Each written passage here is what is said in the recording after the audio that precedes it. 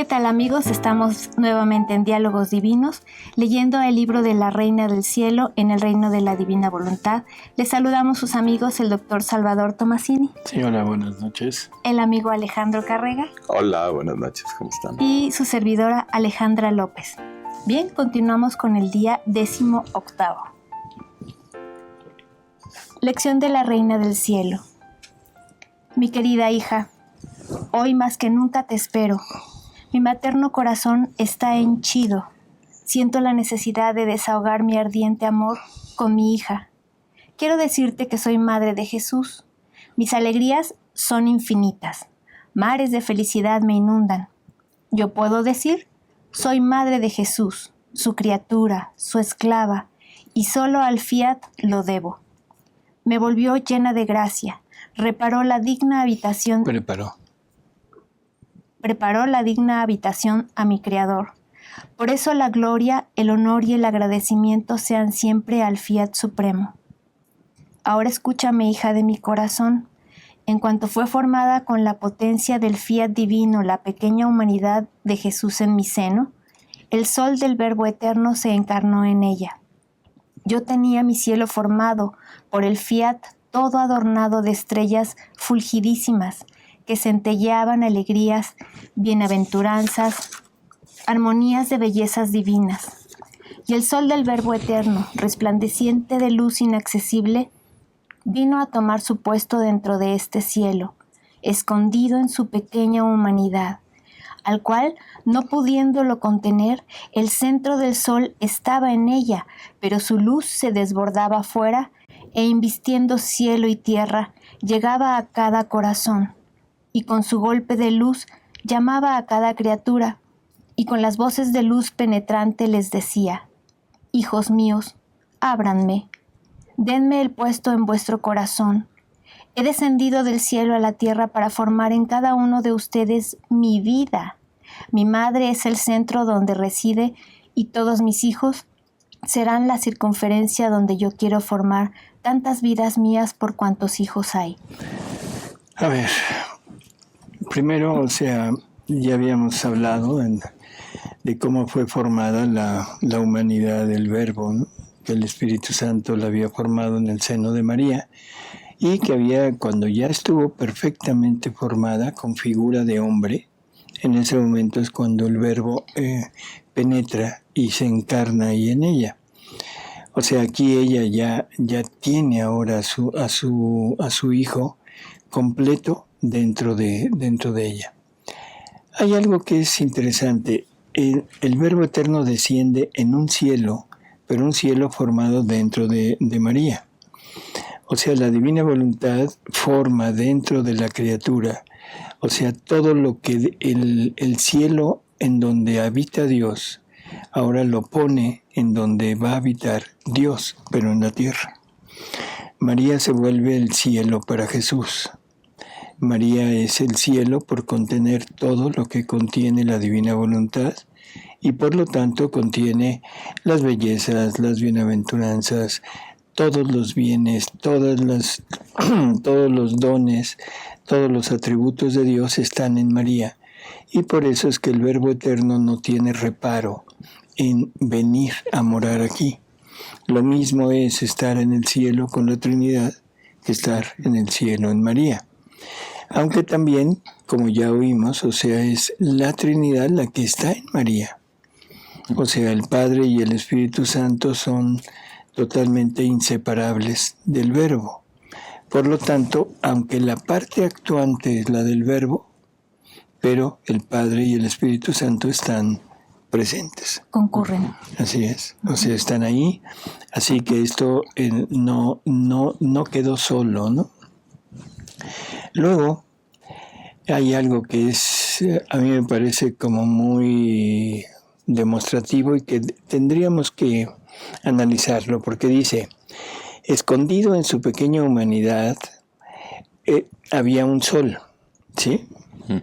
Y este sol era tan refulgente que salía de su humanidad y se extendía a todas las criaturas.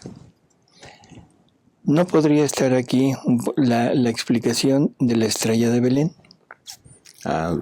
Del llamado que Jesús hace a todas las criaturas.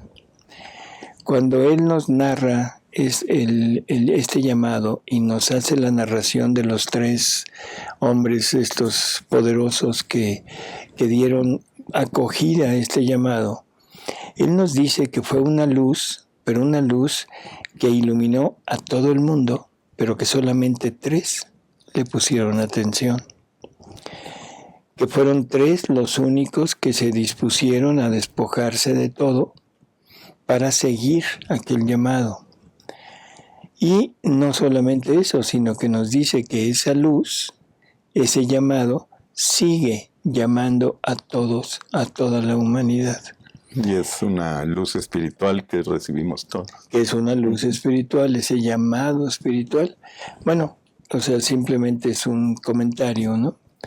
Porque dice, el centro del sol estaba en ella, pero su luz se desbordaba afuera e invistiendo cielo y tierra, llegaba a cada corazón, y con su golpe de luz llamaba a cada criatura, y con las voces de luz penetrante les decía, hijos, ábranme, denme el puesto en vuestro corazón. Curioso, ¿no? Pero si es una luz que llegó a todos, si es una luz que nos llega todavía, esto no fue una estrella así en el firmamento, ¿no? Sino que fue algo que se vio en todos lados, pero a nivel espiritual. Sí, porque suena muy raro eso de que los Reyes Magos siguieron la estrella, pero los demás, ¿por qué no la siguieron? Sí, bueno, se veía a simple vista, ¿verdad? Jesús dice que fueron los únicos que se dominaron a sí mismos y sin importar los problemas y las críticas, las burlas, siguieron ese llamado, ¿no? Que es prácticamente lo mismo que pasa ahora, no sé si se dan cuenta. Pues en la divina voluntad, sí, que a algunos nos jala esa luz inmediatamente apenas la vemos y otras personas como si estuviera apagado. Así es. Y sobre todo, te expones inmediatamente a las burlas, a la crítica, a la agresión, a decir están locos, fanáticos. A que nos separen de los grupos, ¿no? Entonces, bueno, es más o menos el punto, ¿no? Dice, hijos, ábranme, denme el puesto en vuestro corazón. He descendido del cielo a la tierra para formar en cada uno de ustedes mi vida. Mi madre es el centro donde reside y todos mis hijos serán la circunferencia donde quiero formar tantas vidas mías. Por eso es que también la Virgen es tan como el punto de llamada. O sea, la Virgen es un imán potentísimo. Donde quiera que hay alguna sociedad que está realmente entregada a Dios, ahí está presente siempre la Virgen. Es un imán de Jesús hacia la tierra y del hombre hacia el cielo. Y la Virgen es como el punto intermedio, ¿no? Ajá. Bueno, perdón. Seguimos. Y la luz llamaba y volvía a llamar sin cesar jamás. Y la pequeña humanidad de Jesús gemía, lloraba, sufría espasmos, y dentro de aquella luz que llegaba a los corazones hacía correr sus lágrimas, sus gemidos y sus espasmos de amor y de dolor. Ahora, tú debes saber que para tu mamá comenzó una nueva vida. Yo estaba al día de todo lo que hacía mi hijo. Lo veía devorado por mares de llamas de amor. Cada latido suyo, respiro y pena eran mares de amor que hacía salir. Envolvía a todas las criaturas para hacerlas suyas por fuerza del amor y del dolor. Porque tú debes saber que en cuanto fue concebida su pequeña humanidad, concibió todas las penas que debía sufrir hasta el final de su vida. Encerró en sí mismo a todas las almas, porque como Dios, ninguno le podía huir. Su inmensidad encerraba a todas las criaturas. Su omnividencia le hacía presentes a todas. Por eso mi Jesús, mi Hijo, sentía el peso y el fardo de todos los pecados de cada una de las criaturas. Y yo, tu mamá, lo seguía en todo, y sentí en mi materno corazón la nueva generación de las penas de mi Jesús y la nueva generación de todas las almas que como madre debía generar junto con Jesús a la gracia, a la luz, a la vida nueva que mi querido Hijo vino a traer a la tierra. Son varias afirmaciones que nos van haciendo conocer tanto la parte de María como la parte de Jesús, ¿no? Entonces, primero, Jesús queda concebido en María, bueno, el Verbo queda concebido en María, pero nos asume a todos. Por lo tanto, asume nuestras culpas y empieza a sufrir desde ahí, desde el seno materno. Segunda cosa que es importante es María estaba al tanto de todo. Por lo tanto, resulta un absurdo el decir que María tuvo que ir descubriendo poco a poco quién era su hijo a través de los años, ya de años de convivencia con él. Eso es poner a María como una mujer normal, común, como una mujer, yo diría como una niña ignorante, y que todo, incluso aquel anuncio del arcángel le pasó, se le fue, porque cuando menos con el puro anuncio debería de haber tenido la idea de que su hijo era alguien especial. Pero no, ahora nos dicen que María era una pobrecita niña campesina, tontita, ¿sí? Y que poco a poco, a través del tiempo, tuvo que ir descubriendo quién era aquel hijo suyo y quién era ella, ¿no? Sí, pues no tiene lógica. No tiene lógica, y tan no tiene lógica que luego dicen que Jesús también tuvo que ir descubriendo poco a poco quién era él. El Verbo eterno, la sabiduría infinita, descubriendo quién es. Curioso, ¿no? Sí. Sí, pues. Bueno. Hija mía, tú debes saber que desde que yo fui concebida, te amé como madre, te sentía en mi corazón, ardía de amor por ti, pero no entendía el por qué. El fiat divino me hacía hacer los actos, pero me tenía oculto el secreto.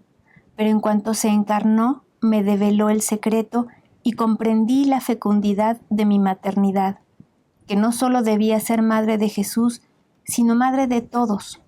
Y esta maternidad debía ser formada sobre la hoguera del dolor y del amor. Curioso y bello. O sea, curioso y bello. ¿Por qué lo tenía oculto al principio? Porque ella no sabía que iba a ser la madre del Verbo.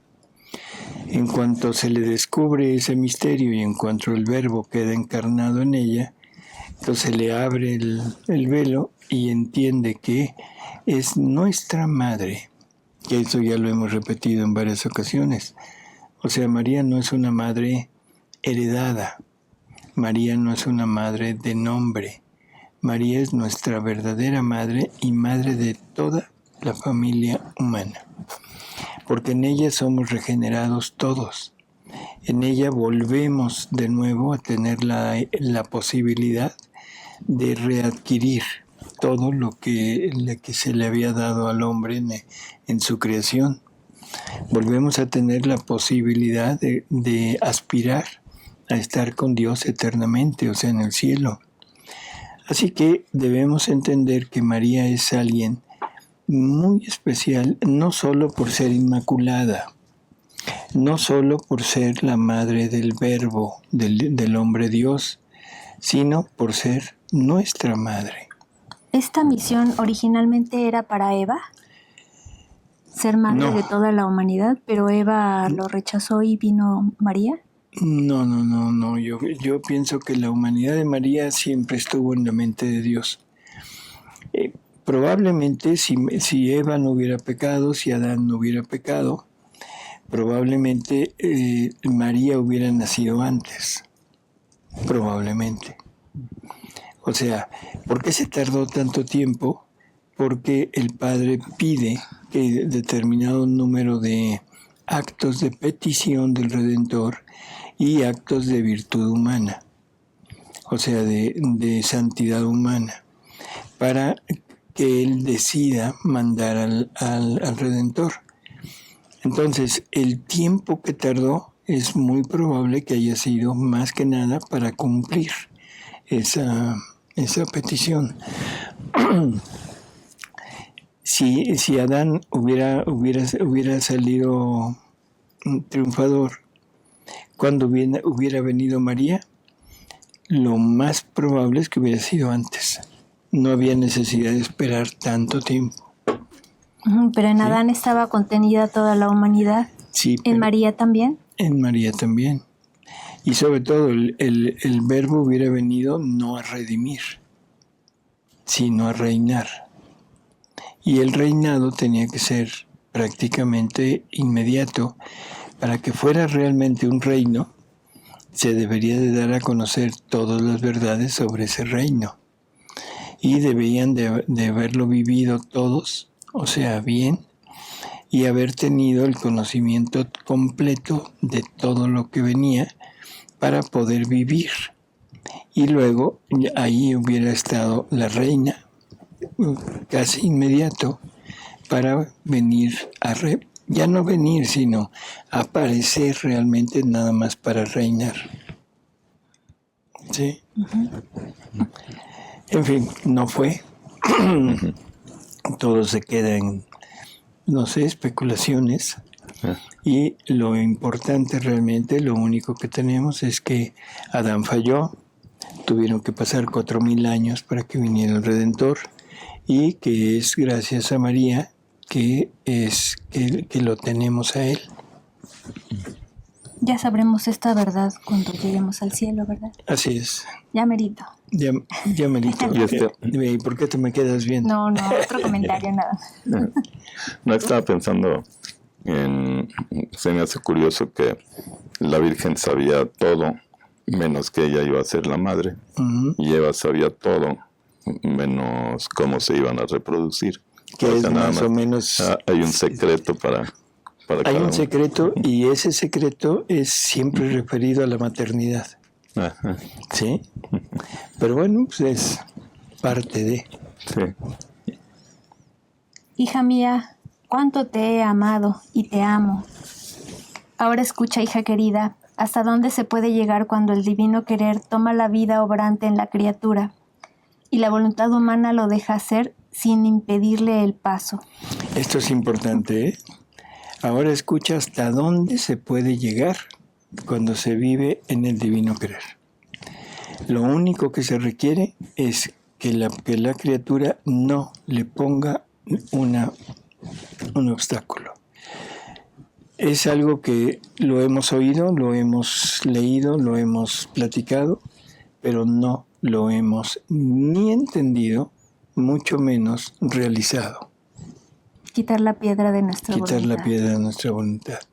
Pensamos que podemos seguir con nuestra voluntad y haciendo actos de nuestra voluntad humana, y que cuando esos actos son buenos, son santos, los podemos poner en la divina voluntad. Total y absoluto error. Este fiat, que en naturaleza posee la virtud generativa, genera todos los bienes en la criatura, la hace fecunda, dándole la maternidad sobre todos los bienes y sobre aquel que la ha creado. Maternidad dice y significa verdadero amor, amor heroico, amor que se contenta con morir para dar vida a quien ha generado. Si no hay esto, la palabra maternidad es estéril, está vacía y se reduce a palabras, pero en los hechos no existe. Por eso, hija mía, si quieres la generación de todos los bienes, haz que el fiat tome en ti la vida obrante, el cual te dará la maternidad y amarás todo con amor de madre. Y yo, tu mamá, Te enseñaré el modo cómo fecundar en ti esta maternidad toda santa y divina. A ver, ¿qué dijo? Que el alma que vive en la divina voluntad va a ser madre de todos, igual que ella. ¿Y qué se necesita para eso? Quitar la piedra de la voluntad. Dice, significa verdadero amor. Verdadero. O sea, maternidad significa verdadero amor. Vamos a leer. Amor heroico. Amor que se contenta con morir para dar vida a quien ha generado. Si no hay esto, la palabra maternidad es estéril. Está vacía y se reduce a palabras. ¿Qué hace el alma que vive en la divina voluntad? No está basado sobre el sacrificio y el dolor de la renuncia a la voluntad humana. Y no esa renuncia y ese dolor lo que hacen es dar vida a una vida divina que sale en sus actos. Se convierte en madre. Y no está dispuesta a morir antes que dañara esa vida. Por lo tanto, el alma que vive en la divina voluntad se convierte en madre. Y en madre de todos los bienes y en madre del verbo también. Sí. Wow. Porque aquí dice, y sobre aquel que la ha creado. Claro. O sea, yo entiendo que resulta, no sé cómo decir, increíble. Sí. O sea, lo que estamos diciendo, pero bueno, aquí está escrito. Y creo que es muy lógico. El problema es que tenemos mucho conflicto, sobre todo el hombre, tiene mucho conflicto con la palabra maternidad. O sea, si yo digo soy madre, todo el mundo voltea y dice... Ahora sí lo veo feo. Ahora sí, creo que ya se salió de... No, pero entendido desde el punto de vista espiritual, es increíble porque estamos...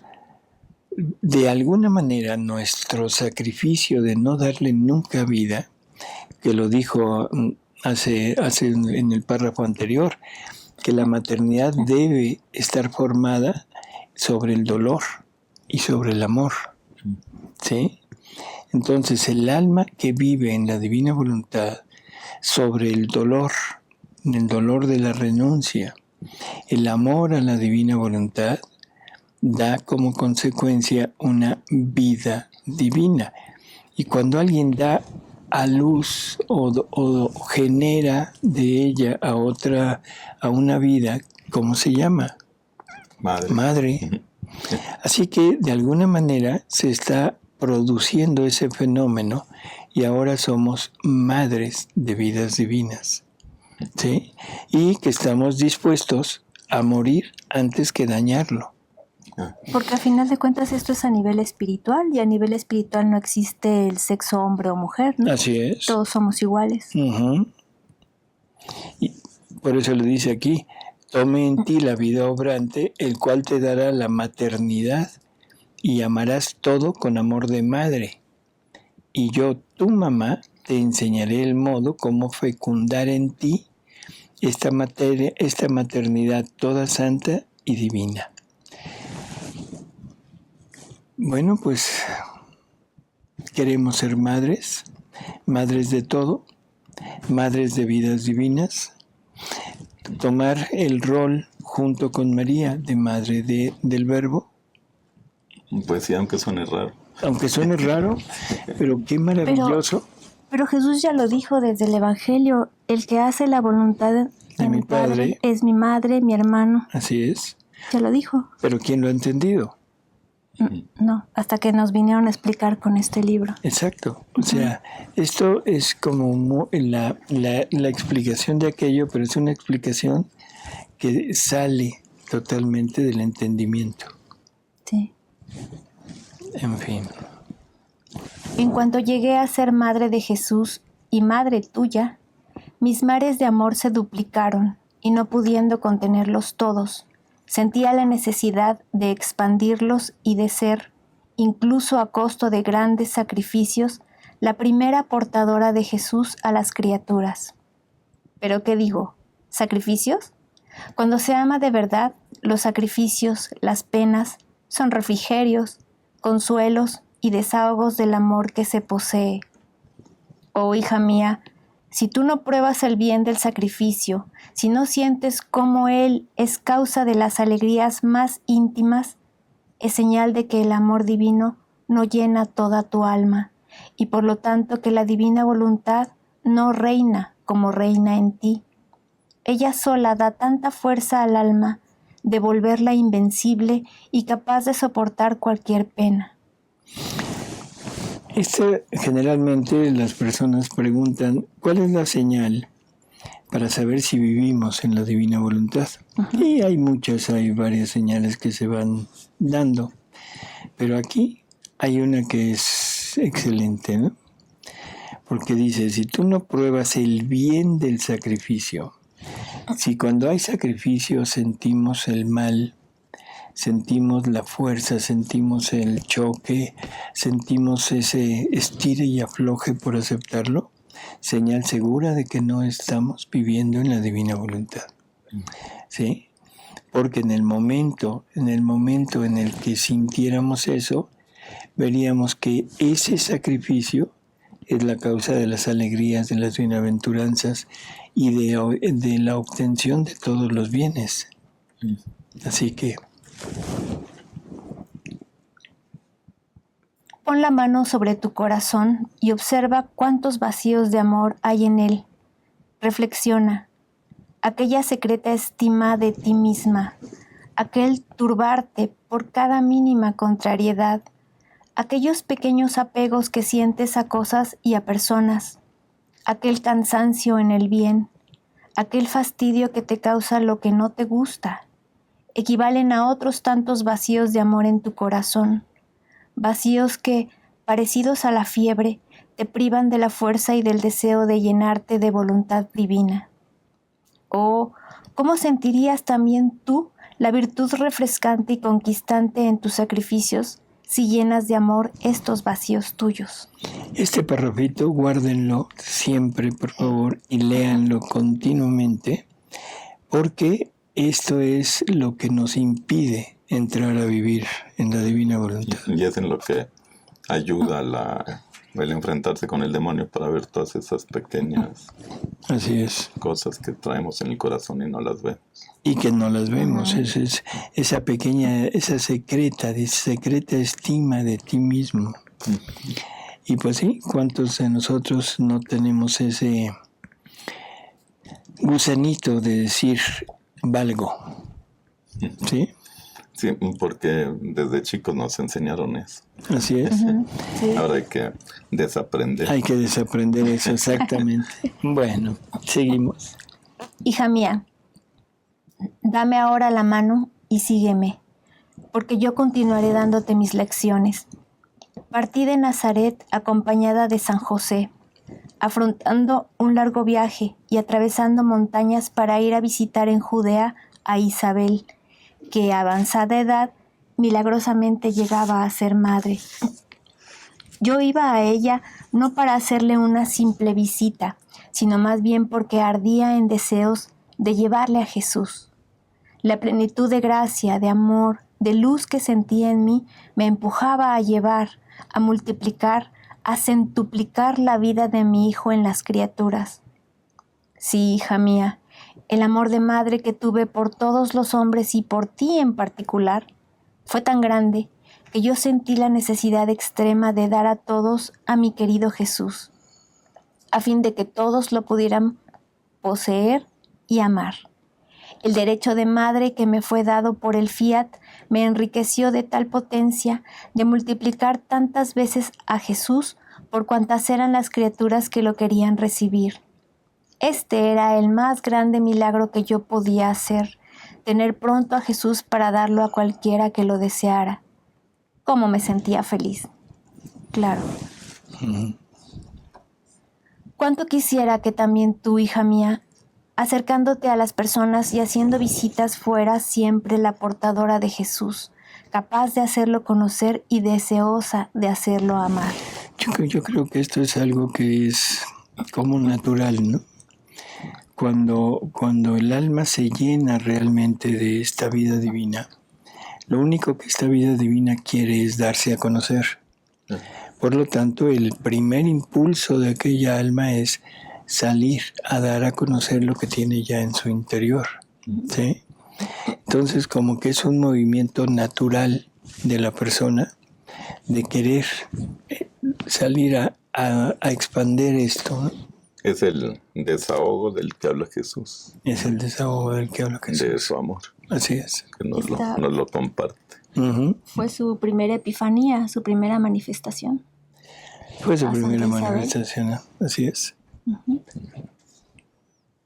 Después de algunos días de viaje llegué finalmente a Judea y presurosa me conduje a la casa de Isabel. Ella vino a mi encuentro festiva. Al saludo que le di sucedieron fenómenos maravillosos. Mi pequeño Jesús exultó en mi seno y fijando con los rayos de la propia divinidad al pequeño Juan en el seno de su madre, lo santificó. Le dio el uso de la razón y le hizo conocer que él era el Hijo de Dios. Juan entonces saltó tan fuertemente de amor y alegría que Isabel se sintió sacudida, golpeada también ella por la luz de la divinidad de mi hijo.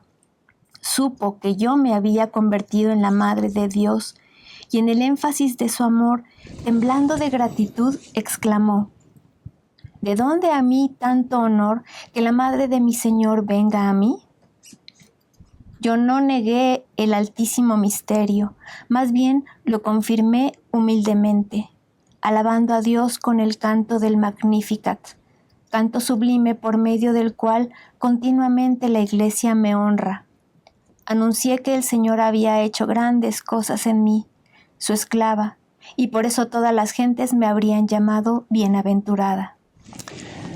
Bueno, aquí hay algo que algunas veces como que se le quiere dar una explicación rara, porque se dice que Juan el Bautista fue santificado en ese momento y que de alguna manera recibió como el perdón de los pecados, o sea, del pecado original, ¿no? Si esto fuera real, o sea, nunca Juan el Bautista hubiera ido al seno de Abraham. Y Juan el Bautista, de acuerdo a algunas revelaciones, sale del seno de Abraham cuando Jesús baja. Sale junto con Adán, junto con José. Así que es difícil pensar que esto sea real. Junto con esto, lo que quita el pecado original, o sea, es el bautismo. Y aquí, o sea, él en realidad quedó bautizado por acción del Espíritu Santo. Es difícil decirlo. Sin embargo, sí, algo sucedió. O sea, en el momento que Jesús se manifiesta a aquel bebé, ese bebé exulta, salta de gozo, ¿no? ¿Qué es lo que habrá recibido? Al Espíritu Santo. ¿No habrá sido una manifestación parecida, por ejemplo, a la de Moisés? Moisés queda no santificado, pero queda tan impregnado de aquella presencia de la divinidad que su rostro tuvo que cubrirlo porque emanaba luz. ¿Sí? Recibe el elogio de Dios diciendo que un profeta como no lo ha habido nunca, con el cual hablaba cara a cara. ¿Sí? Y sin embargo, Moisés se tuvo que ir al seno de Abraham. Entonces, una manifestación de este tipo en el vientre de su madre, ¿qué habrá sido? O sea, es ese Espíritu Santo que se comunica y que lo dota de gracias, que lo dota de dones, pero que quizá, yo pienso, no llega a perdonar el pecado original. Sí. No, y aparte, pues la reacción de Juan tendría que haber sido como instintiva, pues no tiene voluntad en ese momento, ¿no? Y si en ese momento se da cuenta de toda esa gracia, luego Era mucho sufrimiento de estar encerrado. No. Pues sí. Digo, no sé, estoy nada más Bueno, hablando al aire. sí, o sea, es que en estas cosas no tenemos ningún apoyo, ¿no? Simplemente pensando. Si hubiera sido así, entonces en el cielo ya hubiera habido alguien, ¿sí? Y hasta donde sabemos, el cielo estuvo vacío hasta el momento de la muerte de Jesús. Cuando menos así nos lo ponen. En fin, es algo que no. Lo que sí es muy obvio es el Espíritu, o sea, cómo el Espíritu Santo se manifiesta también en aquella mujer, ¿sí? O sea, ¿qué es lo que le infunde el conocimiento de que su prima María estaba embarazada y que lo que traía en su interior era ni más ni menos que el Redentor? Sí. ¿Sí? Sí, pues muchas revelaciones en este momento. Así es. Y esa es la acción del Espíritu Santo. Así que el Espíritu Santo empezó a actuar aquí, o sea, de manera ya directa, contundente, y todo debido al bebé que estaba en el vientre de María. Sí. Hija mía, yo me sentía consumir por el deseo de dar un desahogo a las llamas de amor que me consumían y de externar mi secreto a Isabel, la cual también ella suspiraba al Mesías sobre la tierra. El secreto es una necesidad del corazón que irresistiblemente se revela a las personas capaces de entenderse. ¿Quién podrá jamás decirte cuánto bien llevó mi visita a Isabel, a Juan, a toda aquella casa? Cada uno quedó santificado, lleno de alegría, advirtió alegrías insólitas, comprendió cosas inauditas, y Juan en particular recibió todas las gracias que le eran necesarias para prepararse a ser el precursor de mi hijo. Hija queridísima, la divina voluntad hace cosas grandes e inauditas donde quiera que ella reina. Si yo obré tantos prodigios, fue porque ella tenía su puesto real en mí. Si también tú dejas reinar al divino querer en tu alma, te convertirás también en la portadora de Jesús a las criaturas. Sentirás también tú la irresistible necesidad de darlos a todos. Bueno, una bonita lección. Sí. Sí, como todas las de la Virgen. Bueno, sí. Todas las de la Divina Voluntad. Todo. Bueno, ahora vamos a leer la del día 19, ¿no? Día del 10. Dice: hija queridísima, no temas, confíate en tu mamá, vierte todo en mi corazón y yo me ocuparé de todo. Te haré de mamá, cambiaré tus penas en luz y me serviré de ellas para agrandar los confines del reino de la voluntad divina en tu alma. Por eso, haz todo a un lado por ahora y escúchame. Quiero decirte lo que obró el pequeño Rey Jesús en mi seno materno, y como tu mamá, no perdió ni siquiera un respiro del pequeño Jesús. Ahora, hija mía, la pequeña humanidad de Jesús iba creciendo unida hipostáticamente con la divinidad. Mi seno materno era estrechísimo, oscuro, no había resquicio de luz, y yo lo veía en mi seno materno inmóvil, envuelto dentro de una noche profunda. Pero ¿sabes tú quién formaba esta oscuridad tan intensa al infante Jesús?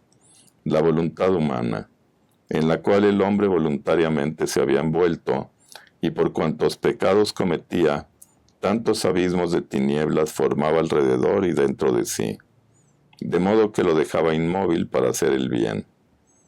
Y mi amado Jesús, para poner en fuga las tinieblas de esta noche tan profunda, en la que el hombre se había vuelto prisionero de su misma voluntad tenebrosa, hasta perder el movimiento para hacer el bien, escogió la dulce prisión de su mamá y voluntariamente se ofreció a la inmovilidad de 9 meses. Hija mía, si tú supieras cómo mi materno corazón era martirizado al ver al pequeño Jesús en mi seno, inmóvil, llorar, suspirar, su latido ardiente palpitaba fuertemente, y delirando de amor hacía sentir su latido en cada corazón para pedirles por piedad sus almas, para encerrarlas en la luz de su divinidad, porque Él, por amor de ellos, voluntariamente había cambiado la luz por las tinieblas, a fin de que todos pudieran obtener la verdadera luz para ponerse a salvo. Hija mía queridísima, ¿quién puede decirte lo que... Espérame, yo creo que sí valdría la pena. O sea, hablar un poquito de estas tinieblas, ¿no? O sea, la tiniebla del pecado. Sí. No es la tiniebla del seno materno. Porque en el seno materno, ¿qué había? Un sol que refulgía, un sol que tenía Jesús en su interior y que de ahí salía luz para iluminar a todo el mundo. Estamos hablando de luz espiritual y estamos hablando de tinieblas espirituales, no físicas, ¿no? Sí. Entonces, ¿qué significa el pecado? Significa fealdad, significa obscuridad, significa todo lo contrario de los bienes de Dios. Dios es el bien mayor. El pecado, al oponerse al bien mayor y permitir que haya una fractura entre Dios y el hombre, podríamos decir que el pecado es el mal mayor. Entonces el bien mayor es Dios, el mal mayor es el pecado, no el demonio. Sí. Ojo con eso, porque siempre estamos muy atentos al demonio. Y el demonio sí lo pintamos y lo concebimos como un ser horrible.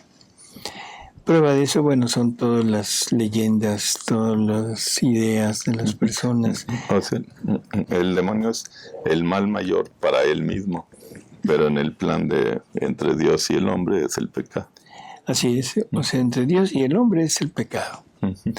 Y lo que yo puedo ver de horrendo en el demonio es lo que yo puedo ver de horrendo en mí. Ajá. ¿Sí? Así que en términos generales hay que entender que somos prácticamente el mismo demonio cuando pecamos. Somos verdaderamente endemoniados cuando pecamos. Sí. Y uso la palabra demonio y endemoniado no en el sentido de poseído, no en el sentido de estar como acogiéndolo, sino en el sentido normal, que es el sentido de rechazo a Dios sin tener conciencia del mal que estoy provocando. Entonces en ese momento nos volvemos a la imagen y semejanza del demonio. Sí, pero sin tener conciencia. O sea, realmente el pecador, yo pienso que hay muy pocos pecadores que pequen a sabiendas de lo que están haciendo. Sí, ¿no? O sea, un pecador que sabe que está matándose a sí mismo, que se está dando la muerte, que está quitando todo el bien, que está cayendo en este abismo de oscuridad, en un abismo de putrefacción, difícilmente pecaría. ¿Sí? Sino solamente aquel que está total y absolutamente obstinado, decidido a no pertenecerle a Dios, creyendo firmemente que existe Dios. Sí. Porque ese es el punto. Y eso es algo que en lo personal, yo en lo personal no alcanzo a comprender. ¿Cómo puede haber ese verdadera fe en que Dios existe y que haya obstinación en el pecado? No estoy hablando de que haya pecado, porque sabemos que somos muy cambiantes y que solamente el amor es lo que nos va a ir transformando poco a poco en Dios. Pero ese amor se tiene que ir produciendo paulatinamente. Entonces, qué tremenda tiniebla será el pecado que me lleva incluso a preferir la muerte y la condenación eterna que el bien y la vida eterna. No sé si alguna vez han pensado en eso, pero a mí se me hace realmente un misterio tremendo. ¿Cómo podemos estar seguros de que el mal es superior al bien. Pues yo con eso de que tenemos el trigo y la cizaña integrados en cada uno, de repente la cizaña la dejamos que tome el control. Y es si le damos algo de fuerza, luego es difícil frenarla. Uh-huh. Bueno, ok, seguimos, ¿sale? Sí, dice: hija mía queridísima, ¿quién puede decirte lo que sufrió mi pequeño Jesús en mi seno? Penas inauditas e indescriptibles. Estaba dotado de plena razón. Era Dios y hombre, y era tanto su amor, que ponía aparte los mares infinitos de alegrías, de felicidad, de luz, y sumergía su pequeña humanidad en los mares de tinieblas, de amarguras, de infelicidad, de miserias que le habían preparado las criaturas. Y el pequeño Jesús se las ponía todas sobre sus espaldas, como si fueran suyas. Hija mía, el verdadero amor jamás dice basta, no mira las penas, y por medio de penas busca a aquel que ama. Y solo está contento cuando pone su vida para dar nuevamente la vida a aquel que ama. Es una descripción maravillosa del verdadero amor, no del amor nada más de palabra, ¿no? Hija mía, escucha a tu mamá. ¿Ves qué gran mal es hacer tu voluntad? No solo preparas la noche a tu Jesús y a ti, sino que formas mares de amargura, de infelicidad y de miseria, en los cuales quedas tan arrollada que no sabes cómo salir de ellos. Por eso, sé atenta. Hazme feliz al decirme: quiero hacer siempre la divina voluntad. Ahora, escucha, hija mía. El pequeño Jesús, penando de amor, está en acto de apresurarse para salir a la luz del día. Sus ansias, sus suspiros ardientes y deseos porque quiere abrazar a la criatura, hacerse ver, mirarla para raptarla así. No le dan más descanso, y así como un día se puso de centinela a las puertas del cielo para encerrarse en mi seno, así está el acto de ponerse como centinela a las puertas de mi seno, que es más que cielo. Y el sol del Verbo eterno surge en medio del mundo y forma su pleno mediodía. Así que para las pobres criaturas no habrá más noche, ni alba, ni aurora, sino siempre sol, más que en la plenitud del mediodía. Tu mamá sentía que no lo podía contener más dentro de mí. Mares de luz y de amor me inundaban, y así como dentro de un mar de luz lo concebí, así dentro de un mar de luz salió de mi seno materno. Hija querida, para quien vive de voluntad divina, todo es luz y todo se convierte en luz. Entonces, en esta luz, yo, raptada, esperaba estrechar entre mis brazos a mi pequeño Jesús, y en cuanto salió de mi seno escuché sus primeros gemidos amorosos, y el ángel del Señor me lo entregó entre mis brazos, y yo lo entregué fuertemente a mi corazón y le di mi primer beso, y el pequeño Jesús me dio el suyo. Por ahora basta. Mañana te espero de nuevo para seguir la narración del nacimiento de Jesús. Una bella imagen, ¿no? Uh-huh. Igual que nos planteó que el Verbo Eterno estaba espiando desde el cielo, o sea, el momento en que ella dijera fiat mihi, o sea, hágase en mí, para acudir luego a encarnarse. Ahora lo pone aquí asomándose, pero asomándose ¿desde dónde? Su seno. Desde su seno. Y dice que es más que cielo. Uh-huh. Así, sí. O sea, pero es bonita esta no sé, esta forma de presentarlo, ¿no? Sí. Dice, como centinela a las puertas de mi seno, que es más que cielo. Y para surgir al mundo y formar su pleno día. Ahí tenemos la confirmación de la virginidad de María en la concepción de Jesús y en el nacimiento de Jesús. No fue un parto normal. No, No se afectó nunca su virginidad humana. así es. Siempre se conservó íntegra. Y hay personas que dicen que el parto de María, incluso que lo atendió San José, y dice uno, wow, ahora ya convirtieron a San José casi en patrón de los parteros. También. O sea, nunca hemos realmente tenido la idea exacta de quién es María y de quién es Jesús. Y todo lo pensamos en modo humano. Claro, estamos inmersos en este mundo, así somos todos, pero no entendemos que María y Jesús son totalmente diferentes. Sí. ¿Sí? En fin, bueno, pues este es una narración de los primeros momentos de vida del Verbo en María, ¿sí? De este Verbo que está ansioso de llegar a nosotros y de esta madre que está ansiosa de llegar a entregarnos a su Hijo. Y esto me recuerda nada más como última cosa y como corolario. O sea, me recuerda la aparición de la Virgen de Guadalupe aquí en México. Yeah. Cuando le pide a Juan Diego que vaya a ver al obispo y que le diga que quiere que le levanten un templo ahí en donde se apareció. Cuando le dice, yo soy la madre del verdadero Dios por quien se vive.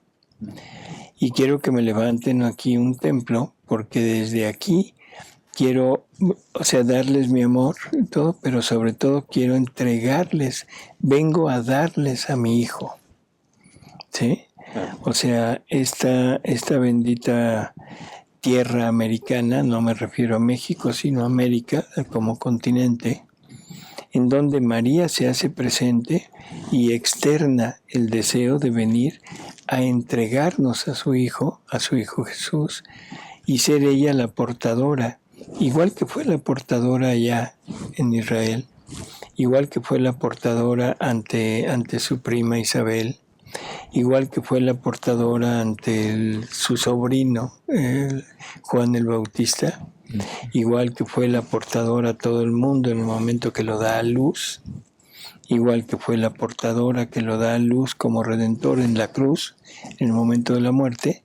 Ahora viene aquí y quiere ser portadora de su Hijo ya glorioso, glorificado, y quiere ser portadora desde aquí. Bello, ¿no? Bueno, Sí, amigos, no, muy pues, bien. creo que por el día de hoy es suficiente y nos oímos la próxima vez, agradeciéndole a Alejandra. Gracias. Y a Alejandro. Gracias, doctor. Gracias, Gracias. Ali. Hasta luego, Gracias. amigos. Gracias, amigos. Hasta luego.